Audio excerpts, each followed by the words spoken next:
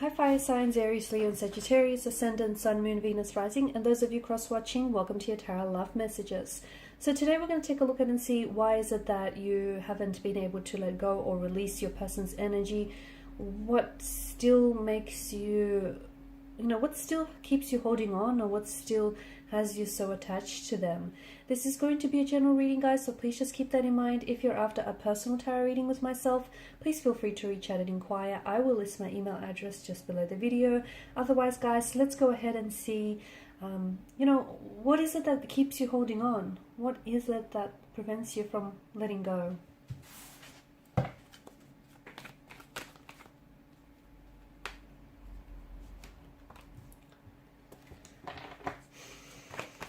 Hope is the key word that comes up here with the Five of Pentacles. You're still hopeful.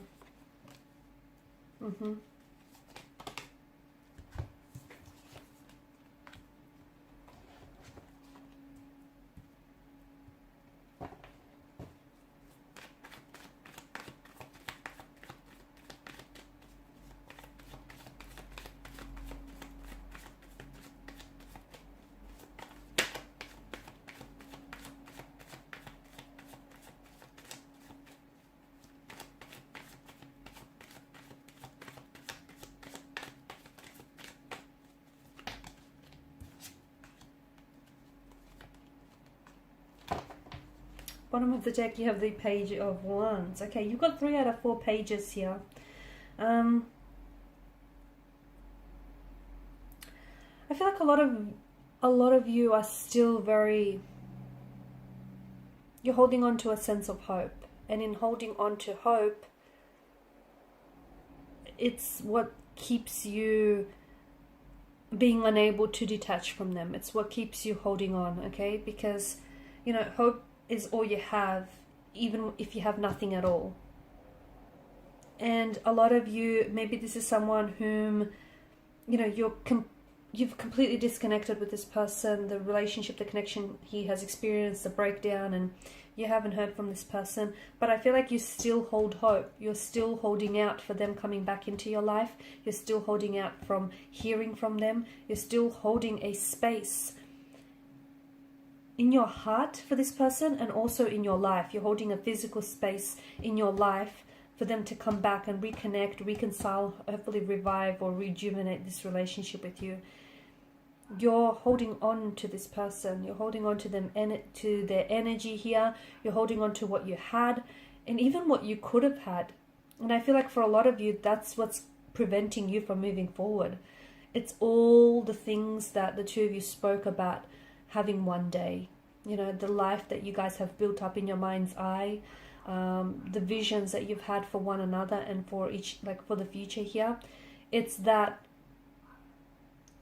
and there may have been visions, but they're also illusions. So you're holding on to the illusion of what could have been, and that's what's keeping you from moving forward. And look, for some of you, there may still be hope.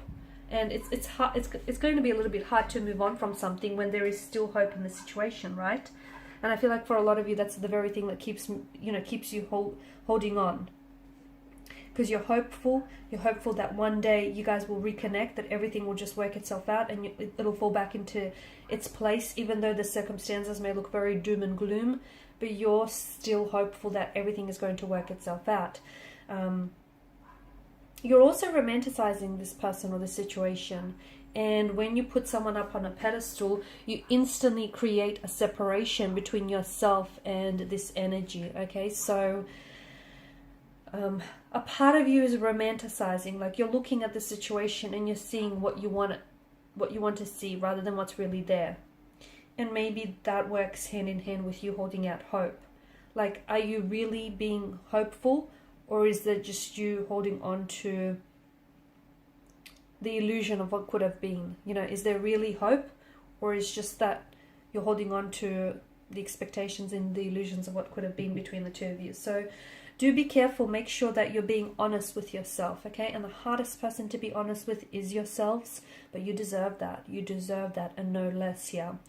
This may have also been a younger energy that you were dealing with. And I feel like for a lot of you, even if this person isn't younger than you, then what I mean is that I don't think they've had as much emotional experiences or as much, I don't think they've had like long-term relationships here, or they may just not be ready. They might be at a different phase in their life where they feel like they still want to get out there. Maybe they want to do some exploring, some traveling. Maybe they want to study. Maybe they want to leave their options open here, and, you know, see if there's greener pasture elsewhere. It just feels like you're on very different stages, at different stages or phases of your lives here. And for some of you, maybe you're waiting for them. Is that what it is? Is this the hope that's coming into play here? You're waiting for them to get this all out of their system and to come home back to you. If you're doing that, be careful. You're walking on dangerous grounds here, because if you're going to wait for anyone or anything for that matter, set yourself a time frame, because how there's no guarantee. What is it that you're waiting for? Are you waiting for them to grow? Are you waiting for them to mature? Are you waiting for them to fall in love and get their heart broken so they could gain that experience?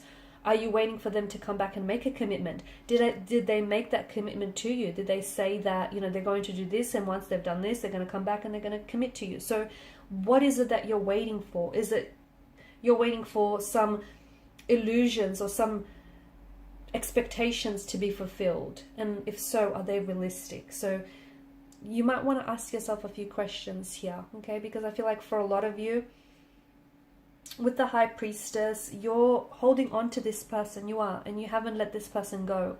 I don't think you're ready. I feel like the both of you have been through some things. You know, you've had a turbulent situation or a turbulent relationship connection, or maybe this person here has really shared in your pain here, and that's made you really grow closer to them. Okay, I also feel like this person has a lot of emotional baggage, or you might have a lot of emotional baggage that needs to be worked on. Some of you were robbed of the opportunity to get to know one another. You were robbed of the opportunity to explore the depths of this connection. And that's the other thing that has you attached to this person, because it's that illusion of what could have been, okay? How their love could have saved you, or how, you know, this relationship could have panned out, or the fairy tale, you know, that you could have had. Those are all illusions, okay? Because if it could have been, it would have been. But since it wasn't, then that's what it is. It's what it stands as is. So some of you, I feel like you're not ready to let this person go, because you keep telling yourself an inner narrative.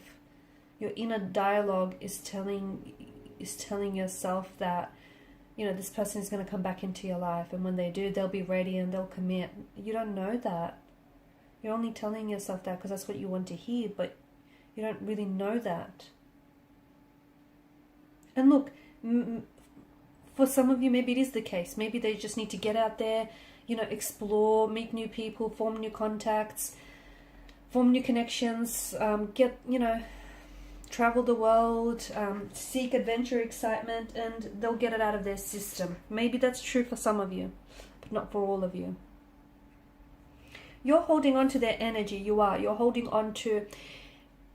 You're especially holding on to the fact that this relationship broke down. It's not your fault. It is not your fault. It takes two to tango. You couldn't possibly bear the weight of failure here on your own, because it's not your fault, okay? You were not solely responsible for the breakdown of this relationship. It takes two people to tango. So it's great that you're assuming responsibility, but don't assume all of the responsibility, okay? Because you've played your role, but they've played theirs. So you have to forgive yourself. You have to hold them accountable, and you have to be honest with yourself here. You cannot possibly bear... This relationship didn't fail because of something you said or you did, or because of, you not being ready. That's not why it failed. You cannot bear that burden, that weight of failure on your own. It's not fair, and it's not... It takes two people here, okay? You still care, and you are very invested in this person, and it's hard for you to just detach when, there's still lingering emotions here. But I feel like what will help is